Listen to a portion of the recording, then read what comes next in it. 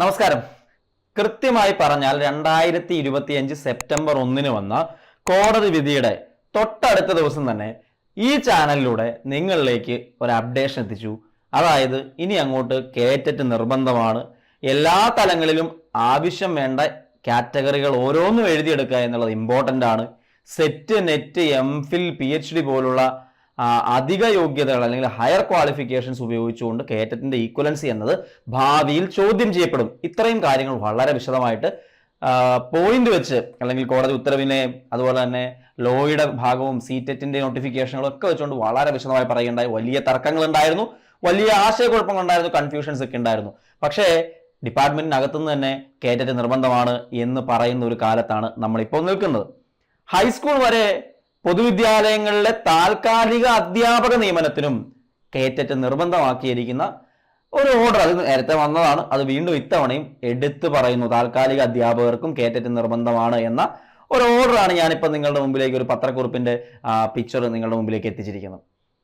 പിന്നെ KTET 1 for LP, KTET 2 for UP, KTET 3 for high school എന്ന രീതിയിൽ തന്നെ ആയിരിക്കും കാര്യങ്ങൾ പോവുക.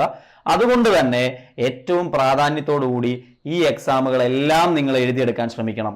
സീറ്ററ്റ് 2 ഉണ്ട്, കേറ്ററ്റ് 2 വേണം നിർബന്ധമുണ്ടോ? ആളുകൾ ചോദിക്കാറുണ്ട്. നിങ്ങൾ കേറ്ററ്റ് 2 കൂടി എഴുതിയെടുക്കുന്നതാണ് സേഫ് എന്ന് ഞാൻ ആദ്യം തൊട്ട് പറയുന്നുണ്ട്. നിലവിലത്തെ റൂൾ പ്രകാരം ഈ പറയുന്ന ഈക്വലൻസികൾക്കൊക്കെ വാല്യൂ ഉണ്ട് എന്ന് തന്നെയാണ് പറയുന്നത്. പക്ഷേ അത് മാറും എന്നുള്ളതാണ് നിയമവിദഗ്ധർ ചൂണ്ടിക്കാണിക്കുന്നത്. അങ്ങനെ മാറിയാൽ നിങ്ങൾക്ക് ബുദ്ധിമുട്ടുണ്ടാവരുത് എങ്കിൽ നിങ്ങൾ എഴുതുമ്പോൾ എല്ലാ കാറ്റഗറികളും എഴുതിയെടുക്കാൻ തന്നെ ശ്രമിക്കുക എന്നുള്ളതാണ്. കേറ്ററ്റ് കാറ്റഗറി 3 ഇല്ലാതെ ഹൈസ്കൂളിൽ ജോലി ചെയ്യാൻ പറ്റാത്തൊരു സാഹചര്യത്തിലേക്കാണ് പോകുന്നത്.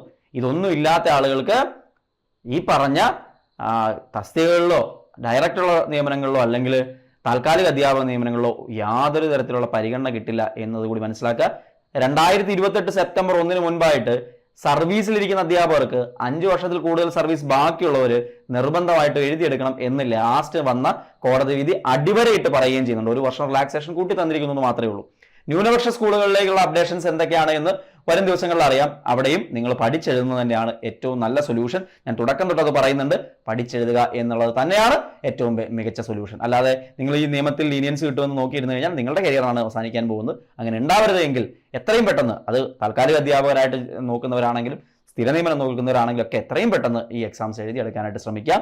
കേറ്ററ്റിനെ സംബന്ധിച്ച് ഏറ്റവും പ്രധാനപ്പെട്ട എല്ലാ കാര്യങ്ങളും നിങ്ങളുടെ അടുത്തേക്ക് അപ്ഡേഷൻസ് എത്തിക്കുന്നുണ്ട്. അതേപോലെ തന്നെ കേറ്ററ്റിന്റെ കോഴ്സുമായിട്ട് ബന്ധപ്പെട്ട കാര്യങ്ങളെല്ലാം നിങ്ങളിലേക്ക് അപ്ഡേഷൻസ് എത്തിക്കുന്നുണ്ട്. എൻട്രിയുടെ കഴിഞ്ഞ ബാച്ചിൽ എല്ലാ കാറ്റഗറികളിലും വലിയ വിജയമാണ്. 500-ലധികം ഉദ്യോഗാർത്ഥികൾ ഓരോ കാറ്റഗറികളിലും വിജയിക്കുന്നു എന്ന അഭിമാനകരമായ നേട്ടം കൈവരിക്കാൻ സാധിച്ചിട്ടുണ്ട്. എൻ്റെ ഇതിനു മുമ്പത്തെ വീഡിയോസ് കണ്ടിട്ടുള്ളവരോടാണെങ്കിൽ കൃത്യമായിട്ട് അവർക്കറിയാം 100-ൽ കൂടുതൽ മാർക്ക് എൻട്രിയുടെ ഉദ്യോഗാർത്ഥികൾ സ്കോർ ചെയ്യുമെന്ന് പറഞ്ഞു.